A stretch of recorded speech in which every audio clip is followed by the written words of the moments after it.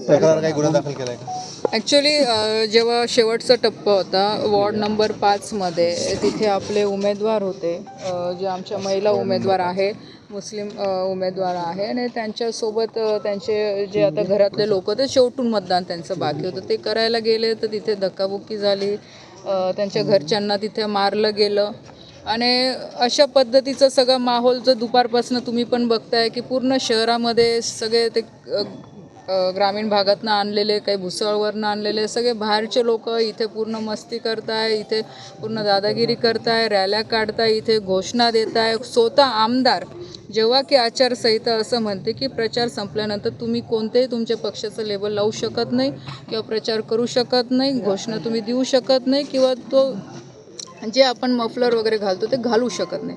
स्वतः आमदार महोदय त्यांच्या मतदानासाठी शिवसेनेचं मफलर घालून आतमध्ये गेले, इथे लोकांना धक्काबुक्की केली, त्या महिलांना धक्काबुक्की केली, आणि त्यांच्या घरच्या सदस्यांना त्यांनी मारहाण केली.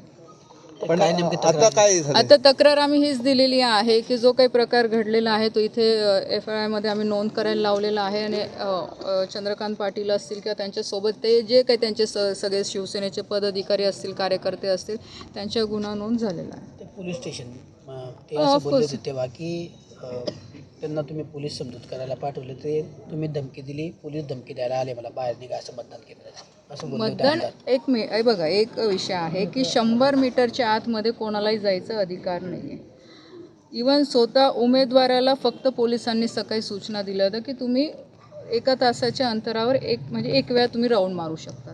जर ते मतदार आहे तर मतदाराचं एवढं 1-1.5 तास आतमध्ये काय काम आहे? मतदान करून बाहेर आलं पाहिजे होतं. तिथे तुम्ही पूर्ण तुमच्या सेनेचा प्रचार करताय, मफलर घालताय, असं अलाउड नाहीच आहे. जरी मी गेली असेल, मी 100 मीटरच्या बाहेर होती, आणि मी सकाळपासून सगळ्या पोलिसांना हेच सांगत आलेली आहे. मी इवन इलेक्शन कमिशनरला पण पत्र लिहिलं, IG ला पण लिहिलेलं आहे की इथे जे काय होईल ते नियमाने व्हायला पाहिजे. आमचे लोक असो किंवा त्यांचे लोक असो, नियमाच्या बाहेर काम होता कामा नये. मला असं वाटतं त्याचं काही चुकीचं नाही, आम्ही काही नियमाच्या बाहेर करायला लावत नाही. जेव्हा की आज सेनेने या शहरामध्ये पूर्ण इथं दहशत माजवली, नियमाच्या बाहेर इथे मतदान केलं गेलेलं आहे, तिथं दादागिरी केली गेलेली आहे, इथे मारहाण झालेली आहे, अजून याच्या पलीकडे काय बघायचं बाकी आहे?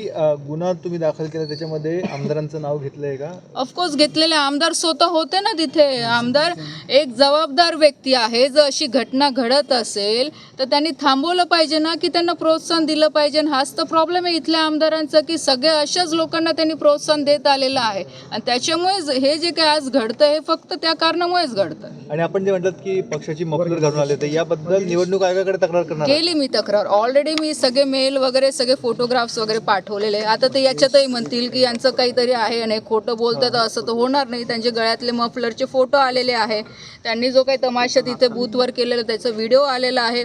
जे दुपारच्या वेळेस त्यांनी 17 नंबर प्रभागामध्ये माझ्या गाडीजवळ घोषणा दिल्या, त्याच्यानंतर त्यांनी पूर्ण गावभरात रॅली काढली, जे की अलाउड नाही आहे. घोषणा देणं तुम्हाला अलाउड नाही आहे बूथच्या बाहेर किंवा तिथं बूथच्या प्रिमायसेसमध्ये. याचे सगळे रीतसर व्हिडिओ आलेले आहे.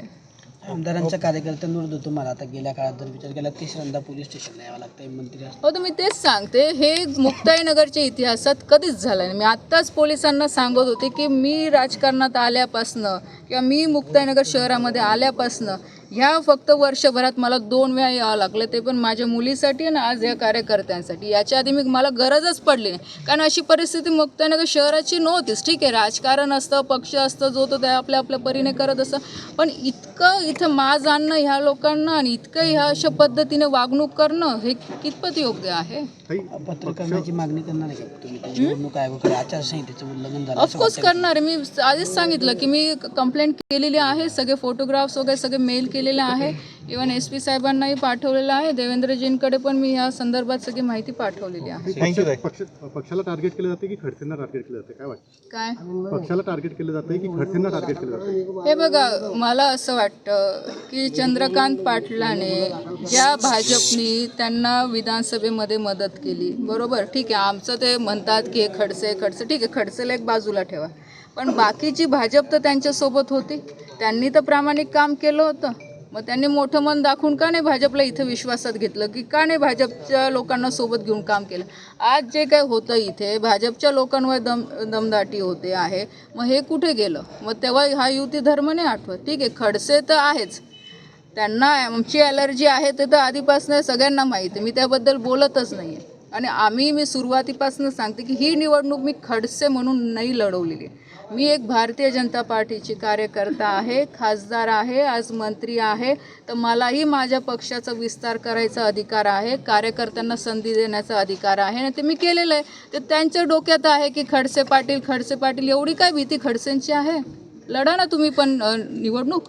नाही, पण तुम्ही एकट्या निवडणूक लढवताना दिसला, तुम्हाला पक्षाकडनं तसं नाही पाठबळ मिळालं? पक्षाकडनं सगळे मला सपोर्ट होता आमच्या स्थानिक स्तरावर. आज बघू शकता डॉक्टर फडके काका आहे, ते आज सिनियर मोस्ट लीडर आहे. आमचे अशोक भाऊ कांडलकर आहे, ते गेल्या जनसंघापासून ते काम करत आहे.